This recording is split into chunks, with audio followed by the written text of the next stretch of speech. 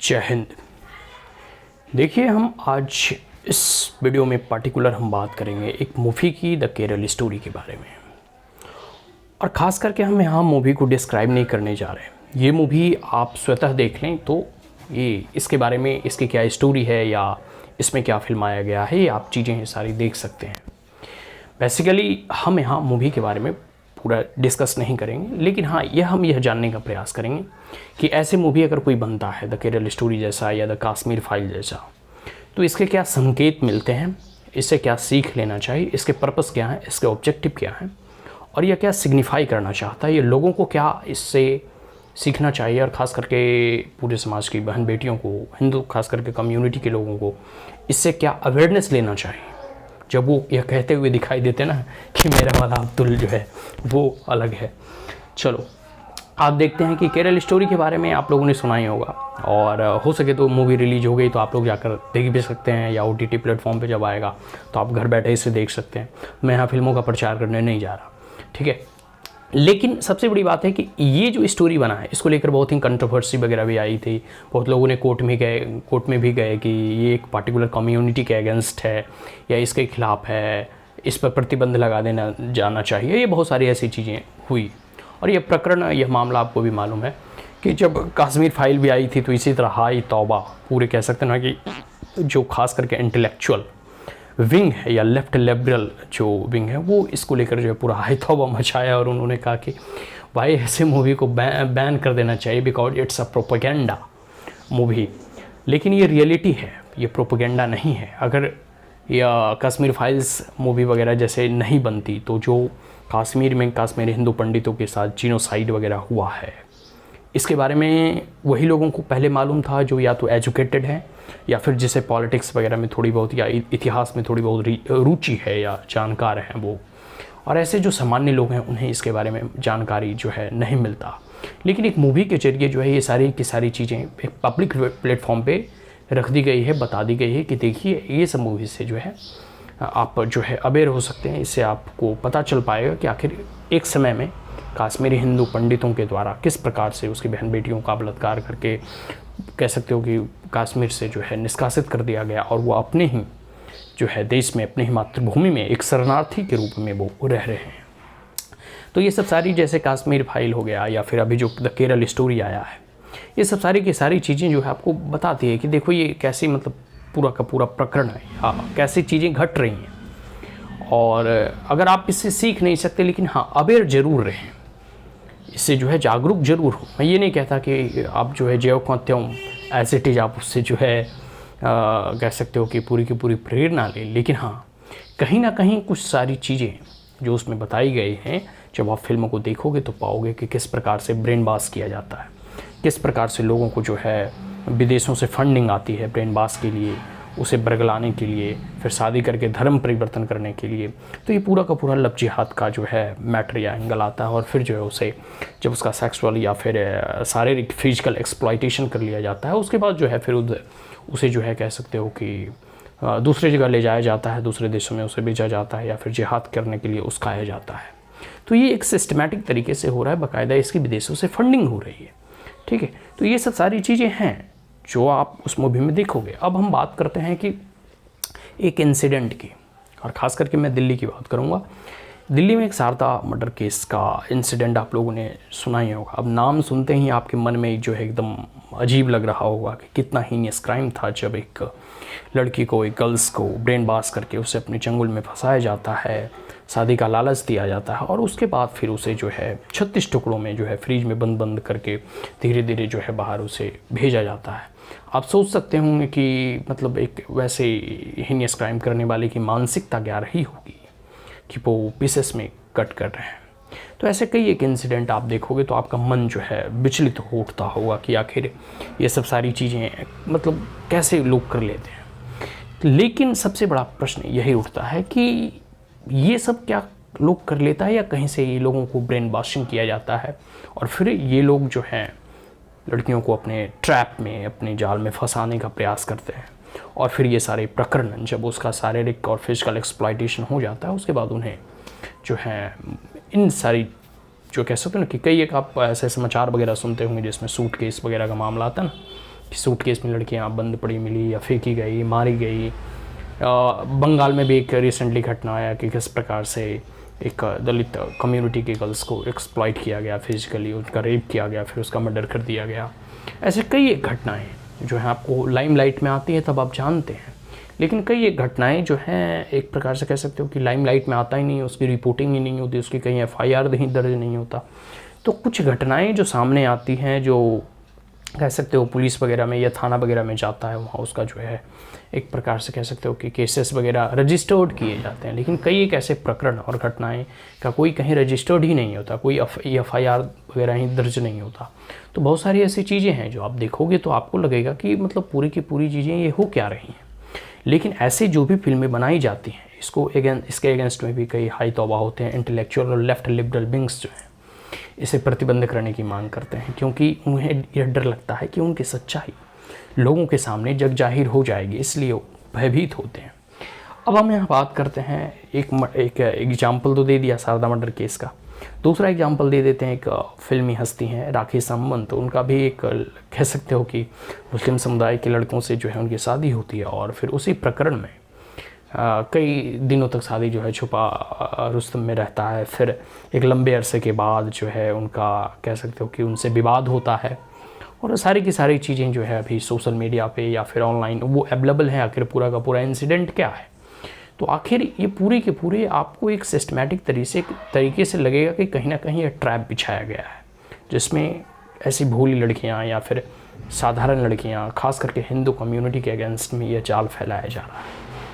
ठीक है, तो आपको इस चीज़ों से अवेयर होना है, अवेयरनेस जो है फैलानी है कि कैसे इसे टैकल किया जाए, क्योंकि अगर पूरी के पूरे एज अ लार्ज स्केल पर आप देखोगे तो ये पूरा का पूरा एक जो है ना बहुत सारे ऐसे इंसिडेंट आपको इंटरलिंक्ड और इंटरकनेक्टेड आपको मिल जाएंगे। तो ये दो मैंने एग्जाम्पल दिया।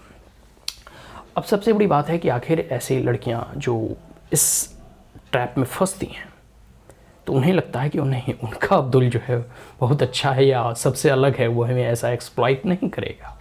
लेकिन एक लंबे समय के बाद, एक अरसे के बाद, जब उनका same physical harassment, sexual exploitation या फिजिकल एक्सप्लॉइटेशन होने लगता है, तब उन्हें पता चलता है कि हमारे साथ क्या हो रहा है। फिर वो वही कहानी हो जाता है, न घर का रहे न घाट का, न इधर का रहे न उधर का रहे। तो फिर ना अपने पेरेंट्स से ही कुछ बोल पाते हैं, ना कुछ जुड़ पाते हैं, ना कुछ अपनी बातों को रख पाते हैं, और जिनके साथ वो गए, जिनके साथ वो भागे, उनके साथ भी कह सकते हो कि तो असलियत उनको जब पता चलता है कि ये राम नहीं बल्कि ये कोई और है।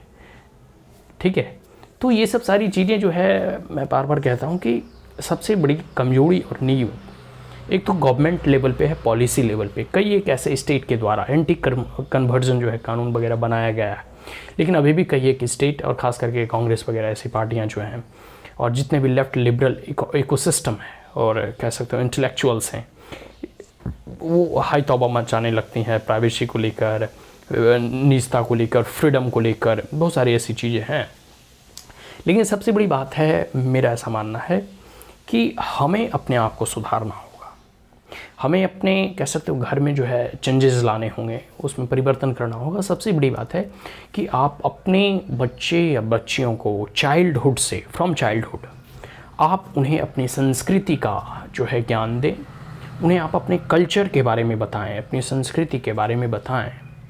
क्योंकि अगर कोई भी व्यक्ति या कोई भी देश, कोई भी कह सकते हो कि लोगों को अगर गुलाम बनाना हो तो सबसे पहले लोग उसकी संस्कृति को नष्ट करते हैं, क्योंकि आप व्यक्ति के तौर पर एक फिजिकल ह्यूमन बींग्स ही हैं अगर सभी से कंपेयर किया जाए तो। लेकिन अगर आप अगर डिफरेंसेस की बात करूं तो अन्य जितने भी देश हैं और आपके देशों में आपकी संस्कृति, आपके पहनावे उड़ावे, आपके बोलचाल, आपके रहन सहन ही आपको अन्य लोगों से अलग कराता है। हमारी संस्कृति एक पुरानी और प्राचीन सभ्यता वाली संस्कृति है। हम सिंधु घाटी सभ्यता के कह सकते हो कि उपासक हैं या उनकी संस्कृति के संवाहक हैं। तो हमारी जो धरोहर है वो 5000 साल से भी पुरानी संस्कृति है, हमारा इतिहास है। तो ज़रूरत है कि बहन बेटियों को अपने इतिहास के बारे में उनसे परिचय कराएं, उन्हें सिखाएं। यहाँ के ट्रेडिशन, यहाँ का कल्चर, यहाँ का रीति रिवाज, यहाँ का खान पान, यहाँ का रहन सहन, यहाँ का पहनावा उड़ावा और बहुत सारी ऐसी जो प्राचीन हमारे मूल्य जो हैं, हमारी जो धरोहर हैं, इसके बारे में बताने की ज़रूरत है। तो ये सब सारी चीज़ें जो है बताना चाहिए, ताकि वो अपने कल्चर से लिंक्ड रहे, अपने आप को अपरूटेड महसूस ना करे, अपनी संस्कृति से वो लगाव महसूस करे, जुड़ाव महसूस करे। साथ साथ है उन्हें धर्म का भी ज्ञान दें। कई बार ऐसा होता है कि लोग जो है अपने घरों में या अपने लोगों को, अपने बेटों को या अपनी बेटियों को कहते हैं कि तुम एजुकेशन की सारी जो चीज़ें हैं, जैसे क्लास की चीज़ें हैं, करिकुलम है, सिलेबस है, स्कूल, कॉलेज, यूनिवर्सिटी, ये सब चीज़ों को पढ़ाते हैं, लेकिन अपने धर्म के बारे में, अपनी संस्कृति के बारे में कहते हैं अच्छा ये तो चौथे पन में या फिर बूढ़े बूढ़ियों के समय में पढ़ लेगा। नहीं, ऐसा नहीं है। आप बचपन से ही जो है उन्हें अपने कल्चर के बारे में, अपने रीति रिवाज, अपने धर्म और संस्कृति के बारे में बताएं, ताकि जब कोई उन्हें ट्रैप करने का प्रयास करेगा, जब कोई उन्हें ब्रेन वॉश करने का प्रयास करेगा, तो वो वहाँ जो है सजग होंगे। और साथ साथ जैसे फिजिकल एजुकेशन वगैरह हो या फिजिकल डिफेंस हो, ये सब सारी चीज़ें अपनी बहन बेटियों को बताना चाहिए, उसे प्रिपेयर करना चाहिए, ताकि ऐसे कोई भविष्य में भी आपदा या फिर कोई भी ऐसी चीज़ें हों उसे वो टैकल कर सकें। ठीक है। फिर दूसरी बात है कि एजुकेशन। अब जैसे देखो, एजुकेशन सिस्टम एक लंबे समय से कह सकते हैं कि इस सेक्युलरिज्म को बचाने के लिए हम अपनी संस्कृति को नष्ट करते जा रहे हैं।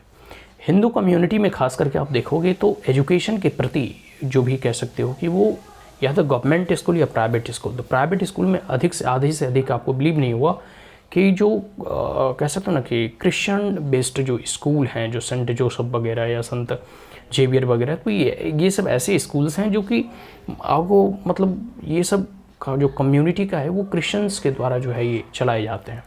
तो स्वाभाविक सी बात है कि अपनी जो संस्कृति और अपना जो कल्चर है वो ना गवर्नमेंट स्कूल में दिया जाता है, क्योंकि हम एक पंथ निरपेक्ष और सेकुलर राष्ट्र हैं, और ना ही कह सकते हो प्राइवेट स्कूल में दिया जाता है।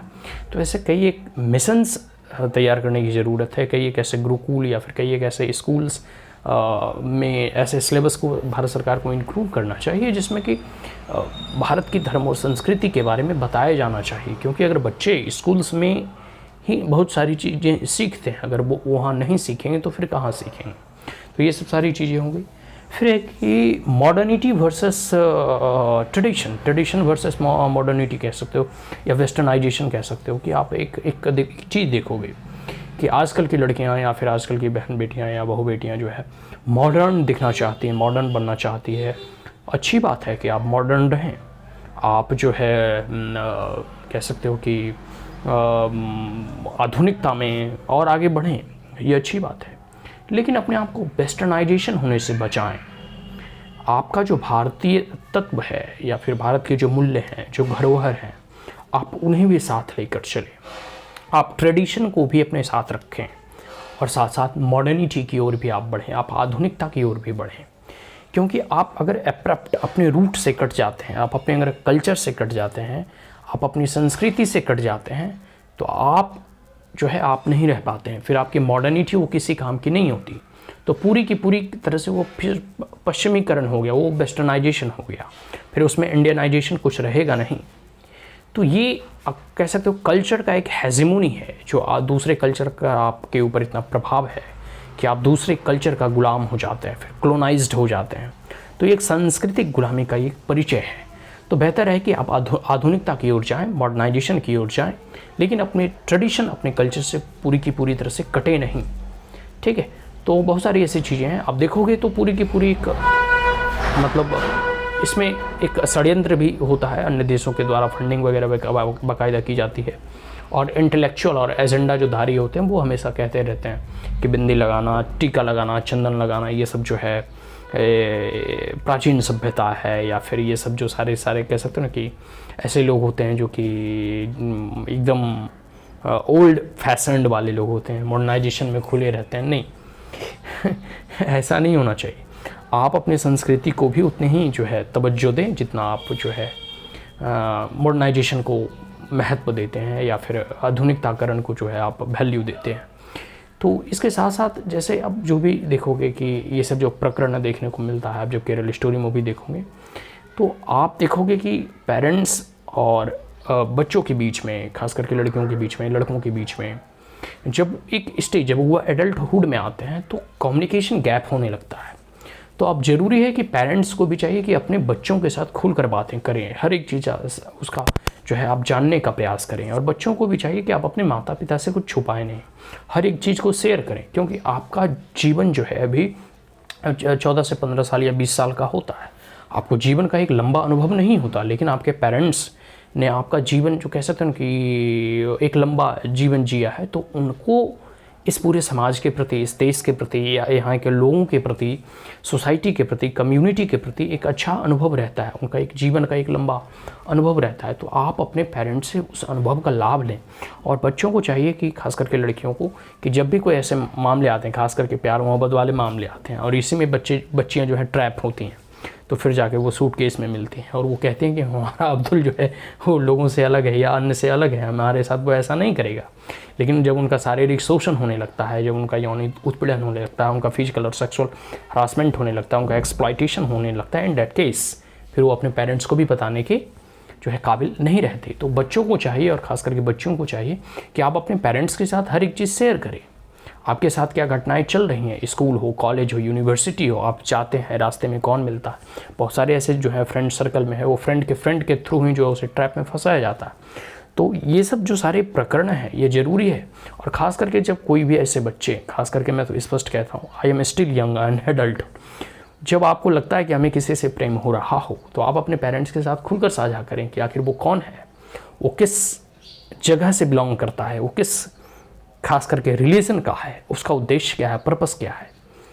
तो आजकल तो जो डॉक्यूमेंट वगैरह भी फर्जी बना लिए जाते हैं, कलमा वगैरह भी लोग बांध लिए जाते हैं, टीका चंदन लगा के आते हैं, लेकिन होते वो कोई किसी और कम्युनिटी से हैं। फिर जब आपको ट्रैप में फंसा लेते हैं, आपका वीडियो बना लेते हैं, आपका सेक्सुअल एक्सप्लॉयटेशन कर लेते हैं, उसके बाद फिर आप कहीं का रह नहीं जाते। तो ज़रूरी है कि सभी बातें अपने पेरेंट्स के साथ शेयर करें, ताकि आप भविष्य में किसी भी इस प्रकार की घटनाओं से जो है आप बच सकते हैं, आप ऐसे ट्रैप में फंसने से बच सकते हैं, और एक नए केरल स्टोरी का जो है कहानी बनाने से आप बच सकते हैं। तो ये ज़रूरी है, और पेरेंट्स को भी बच्चों के साथ खुलकर बात करनी चाहिए। धौस जमाना अलग बात है, डिसिप्लिन में रखना अलग बात है, लेकिन एक कह सकते हो कि उम्र के बाद आप बच्चों के साथ फ्रेंडशिप के तौर पे पेश आएँ, एक फ्रेंड के तौर पे पेश आएँ, तो बेहतर होगा, वो आपके साथ सारी बातों को रख पाएंगे। और सबसे बड़ी बात है, ये ऐसे बच्चे जो अपने माँ बाप को छोड़कर भागते हैं ना, वो सही मायनों में प्रेम का अर्थ नहीं जानते और प्रेम करना भी नहीं जानते। क्योंकि जिस माँ बाप ने आपको 20 साल जो है कह सकते छोटे नवजात शिशु से लेकर आपको 20 साल का बनाया है, उसे छोड़कर आप जब किसी 2 साल वाले प्रेम के पीछे भाग जाते हैं, तो सही मायनों में आप एक प्रेमी नहीं हैं। आपका प्रेम यह जो है शारीरिक वासनाओं के सिवा कुछ नहीं है, क्योंकि माँ का प्रेम से बढ़कर दुनिया में कोई भी प्रेम नहीं है। तो ऐसे जितने भी सारे प्रकरण हैं या केरल स्टोरी से आप सीख लें, और ख़ास करके तमाम बच्चियाँ या फिर तमाम ऐसे गर्ल्स चाइल्ड ऐसे ट्रैप में फंसने से बचें। अपने आप को फिज़िकली इतना स्ट्रेंथन करें, मेंटली इतना स्ट्रॉन्ग करें, और शारीरिक तौर पे, सांस्कृतिक तौर पे, कह सकते हो कि मानसिक तौर पे, कम्युनिटी के लेवल पे आप अपने आप को इतना कह सकते हो स्ट्रेंथन करें, ताकि किसी भी ऐसे ट्रैप में फंसने से बचें। और ये लफ्ज़ियात का एंगल कोई कह सकते हो ना कि पूरी मतलब ये तो सोशल मीडिया वगैरह पे भी चर्चित है, न्यूज़ वगैरह में भी आए रहते हैं, शारदा मर्डर केस जैसा इंसिडेंट भी आपको मिलता है। तो इन सब चीज़ों से सीख लें, अवेयर हों, और अपने आप को सुरक्षित रखें, तभी भारत सुरक्षित रह पाएगा। क्योंकि आने वाली पीढ़ी पर ही जो है कह सकते हो देश की बागडोर और शासन की बागडोर होगी, हमारी संस्कृति के संवाहक आप ही होंगे। तो यह आवश्यक है कि आप अपने आप को सुरक्षित रखें, और आने वाले लोगों को भी जो है बताएं कि वो कैसे सुरक्षित रहें। तभी जो है हमारी संस्कृति, हमारा ग्रोवर, हमारा वैल्यूज़, हमारे कल्चर, हमारे थॉट्स, हमारे कह सकते हो ट्रेडिशन कंजर्व हो पाएंगे। जय हिंद।